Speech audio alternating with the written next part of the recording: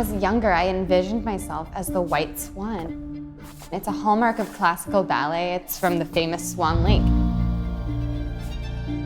And the white swan is a girl trapped in the body of a swan. So she's not her true nature. That's exactly how I felt, trapped behind a deceiving exterior. You don't have a chance to be who you are. I think that's the most difficult thing. You can't say, hi, my name is Melissa. You have to say, hi, my name is Melissa. I have psoriasis and it's not contagious.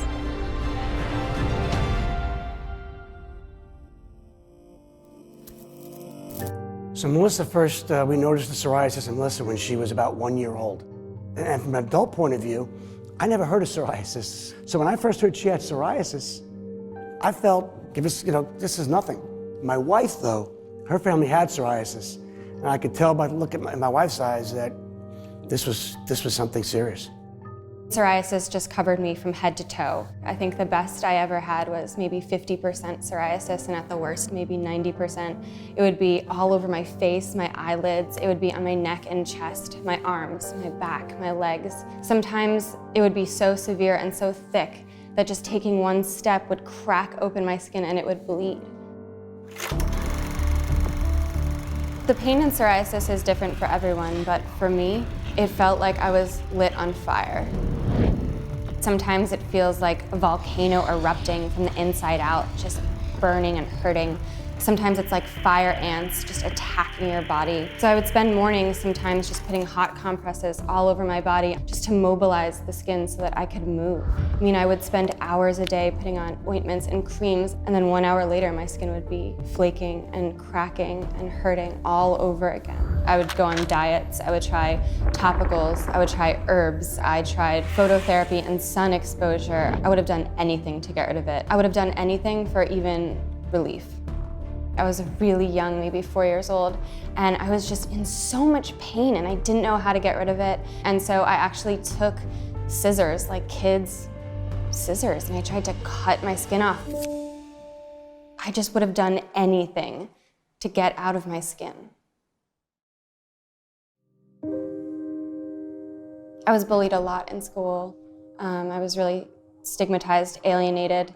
One of my more popular nicknames was Crocodile because of the thick scales on my skin. A lot of parents didn't want their kids to play with me, and I think it's easy to forget that as much as kids are bullies, adults are bullies too. You take them to the birthday parties and, the mothers would think that she was contagious.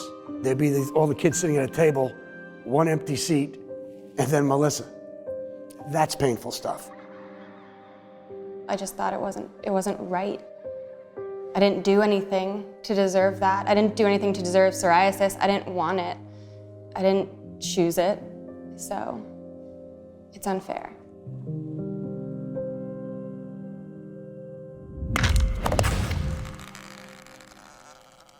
I think ballet was probably the craziest thing I could have done, because ballet is about perfection, and I stood out with blatant imperfection.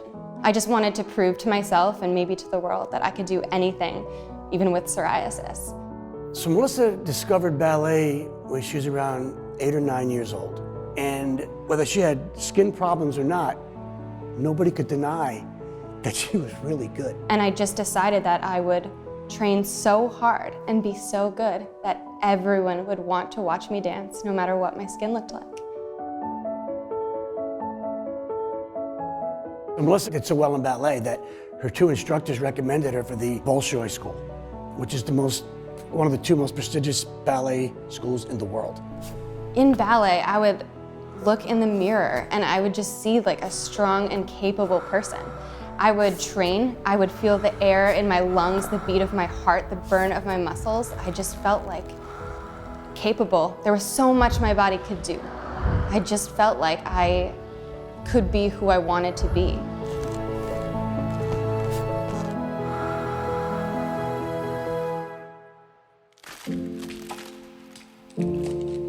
Ballet is so rigorous and very demanding. I was training every day for hours a day. Melissa was, as usual, outworking everybody. Come in early, leave late, come in early, leave late. She started to feel pains in her leg, and she kept taping them up and working through it. working through it, working through it. The injury got worse over time, and by the time I saw a doctor, it was pretty bad. I was working with a physical therapist, and finally we realized that I had systemic inflammation from a lifetime of psoriasis. And that meant that I had inflammation not only in my skin, but in my joints. I didn't recover well from surgery, and I couldn't go back to dancing the way I wanted to.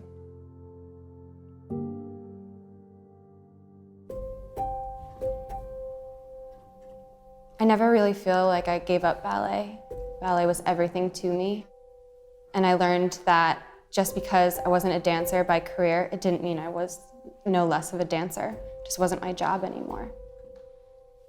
But it was not only a painful reminder that psoriasis was dominating my life, but it was a motivator to find out more, to talk about it, and to see what I could do about it. I was then over the age of 18, and so there were treatments available to me that hadn't been available to me as a child. I saw my own clear skin for the first time in my whole life when I was 21. Her skin was, I would say, 90% clear. You know, ballerinas have no trouble walking gracefully, but she really was walking on air. I don't want anyone to feel alone the way I did. I want to create a community where they can express their feelings and frustrations about life with psoriasis. So I started volunteering with the National Psoriasis Foundation, mentoring other patients, hosting events to teach people about it. Hopefully I can teach them that life gets better and that life is great even with psoriasis. I'm applying to medical school because I want to be a doctor and work with kids. I really empathize with them. I kind of know what they're going through, at least in some sort of sense. And it can be really isolating to be, sick as a kid. I was afraid of doctors a lot.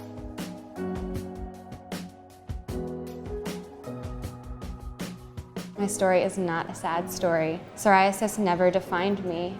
There was pain, but there was the overcoming of it, and I think that defines me a lot more than psoriasis ever could.